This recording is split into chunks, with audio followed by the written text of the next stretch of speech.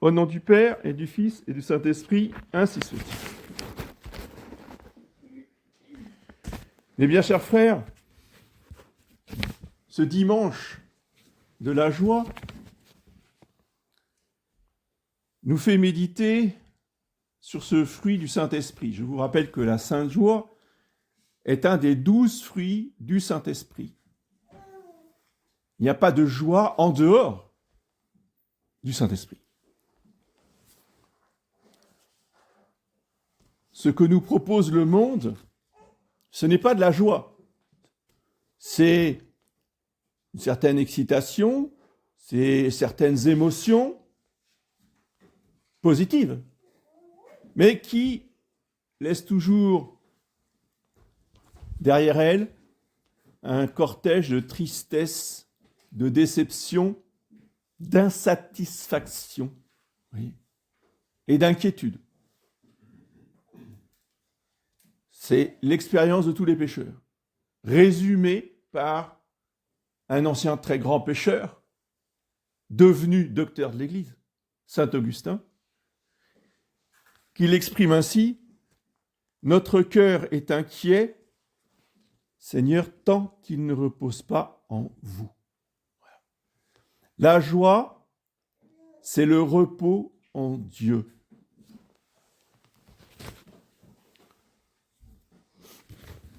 Et ce repos en Dieu, nous ne le trouvons que dans la pénitence.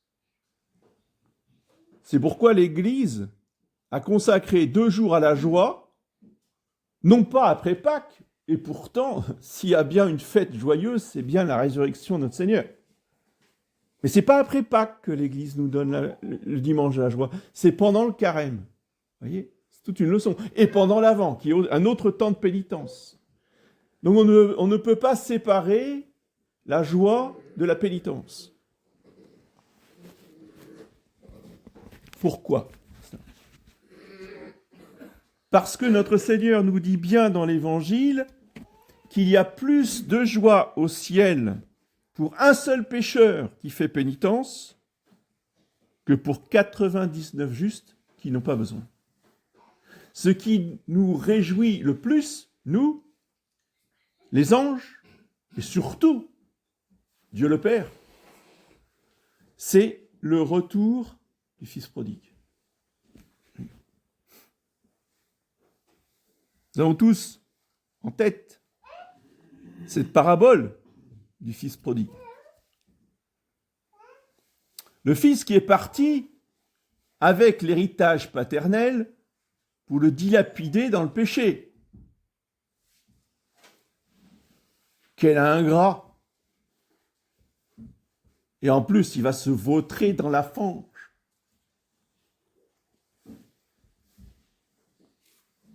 Puis quoi, là maintenant il revient.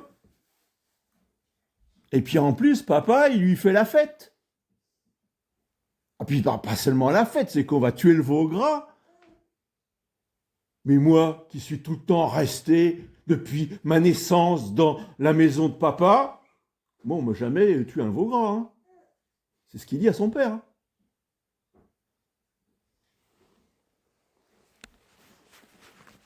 Et combien de fils aînés raisonnent comme ça ? Ah ben ouais, lui, il passe sa vie dans le péché, et lui, on lui fait la fête. Moi, je suis tout le temps resté droit dans l'honnêteté, et on ne me fait jamais la fête.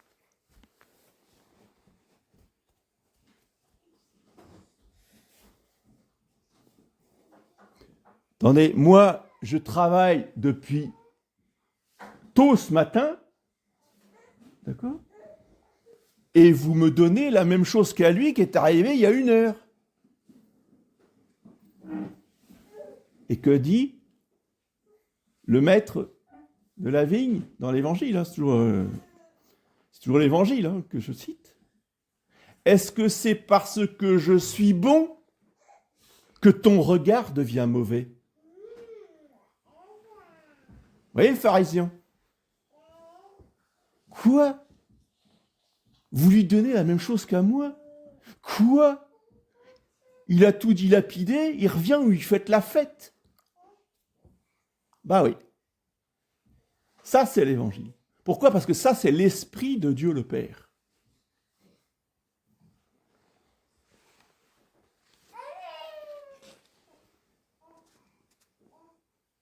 Et la maison de Dieu le Père,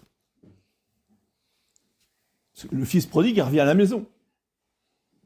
C'est quoi la maison de Dieu le Père ? C'est indiqué dans l'introïte de la messe.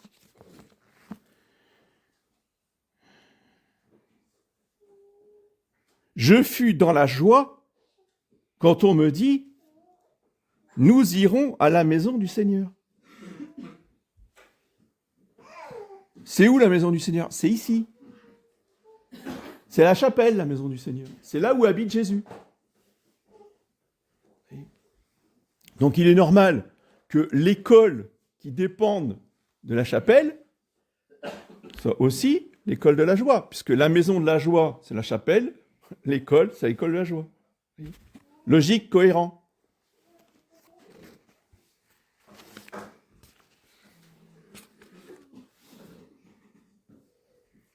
Il s'agit donc bien,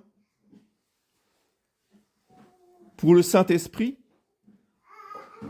qui nous donne ce fruit de la joie, de convertir les pécheurs. Et quand le pécheur revient dans la maison du Père, de fêter le retour du pécheur. Oui.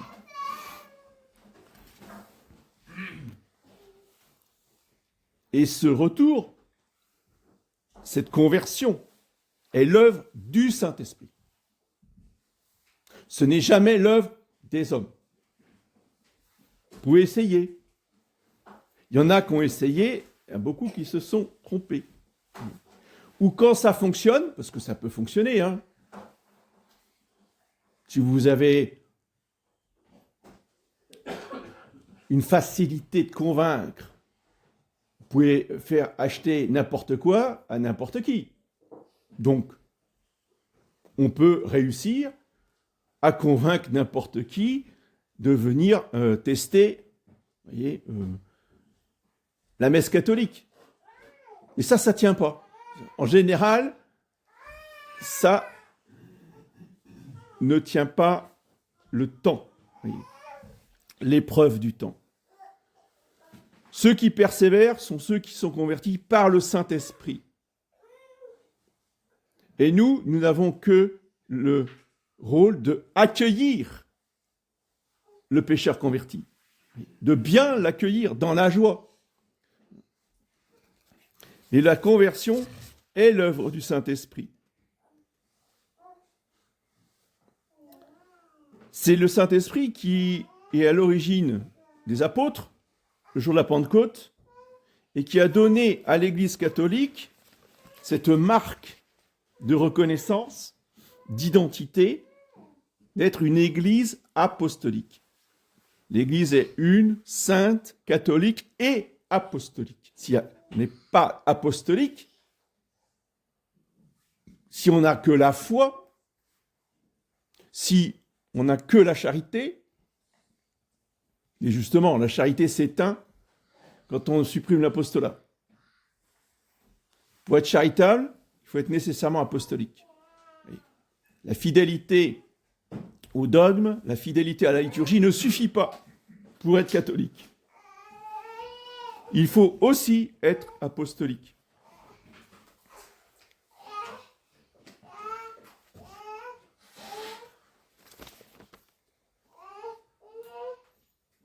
Donc accueillir le pécheur avec joie et le fêter dans un banquet, comme dans l'Évangile.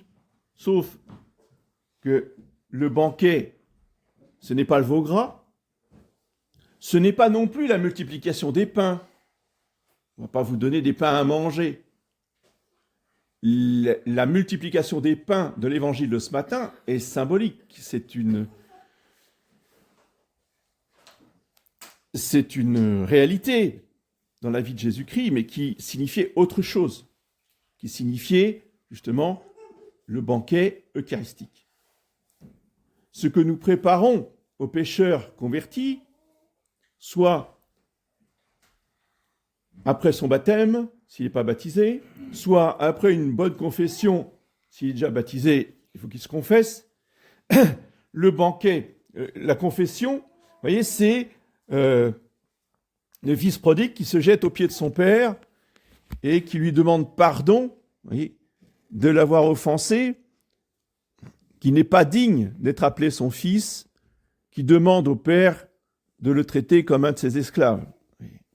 Voilà, ça c'est l'humilité du fils prodigue dans la confession. Et la récompense, la suite, eh bien c'est le banquet de la Sainte Communion. Soit de la première communion, soit de nouveau de pouvoir communier, participer à la communion, à la Sainte Messe. Et tout le monde se réjouit, voyez, de cette participation du pécheur converti à la Sainte Communion.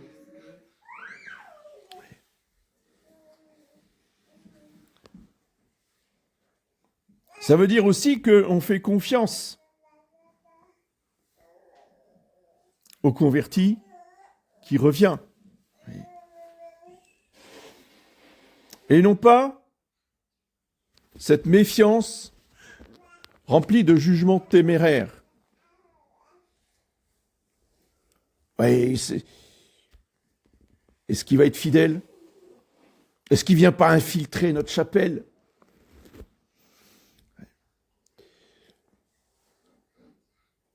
Le pharisien enclenche un processus de péché. Le jugement téméraire, je vous rappelle que c'est un péché. Si on accuse faussement, même dans sa tête, son frère de péché grave, c'est un péché grave. C'est un processus qui aboutit à une maladie psychiatrique qu'on appelle la paranoïa. Et tout le monde peut devenir paranoïaque. Il suffit de se laisser entraîner de jugement téméraire en jugement téméraire. L'aboutissement, c'est la folie.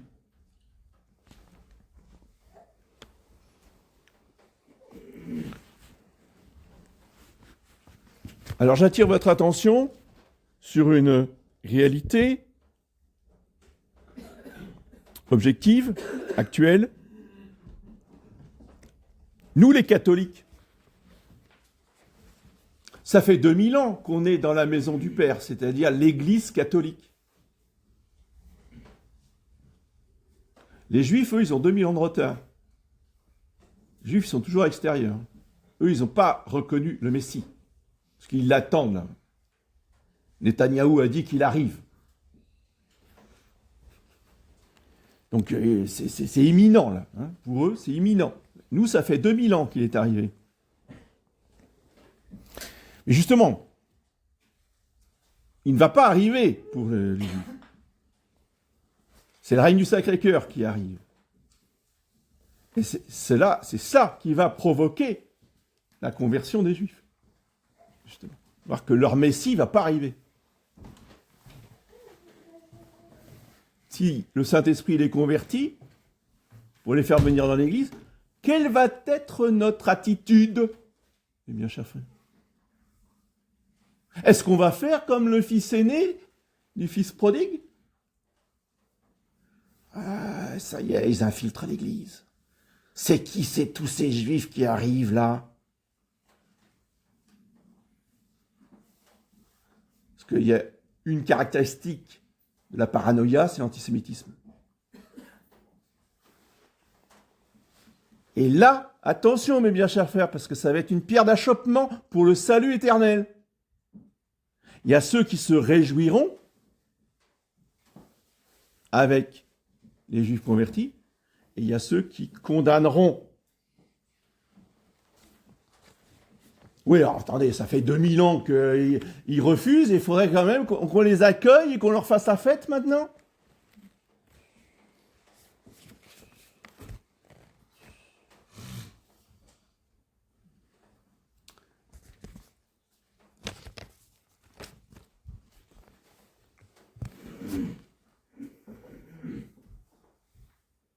Ce n'est pas parce qu'on est charitable qu'on est aveugle et naïf. Si on accueille avec bienveillance et charité le pécheur converti, ça ne veut pas dire que on va tout accepter, on va rien voir, et puis on va laisser une totale licence aux convertis pour retomber dans le péché. Mais non, on est d'accord. Mais cette lucidité, cette prudence, cette vertu de prudence, vous voyez, n'annule pas la confiance, la bienveillance et l'accueil. Tout est une question d'équilibre et de juste milieu. Oui.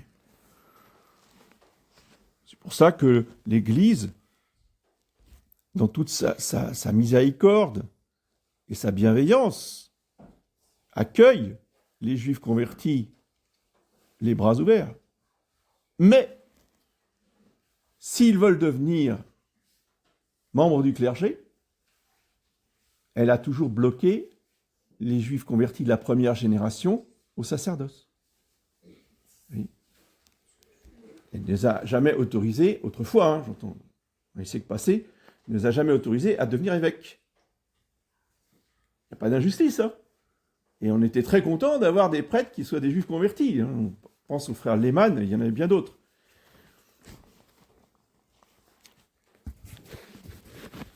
Vous voyez, on est bienveillant, on est miséricordieux, mais on n'est pas non plus naïf et complètement aveugle. Et c'est cet esprit-là qu'il nous faut demander au Saint-Esprit, qui nous rendra vraiment joyeux, de la joie de la vérité, et que ce carême nous donne des âmes d'apôtres. Demandons au Saint-Esprit de nous donner des âmes d'apôtres pour notre plus grande joie et pour la joie de notre prochain. Au nom du Père et du Fils et du Saint-Esprit. Merci.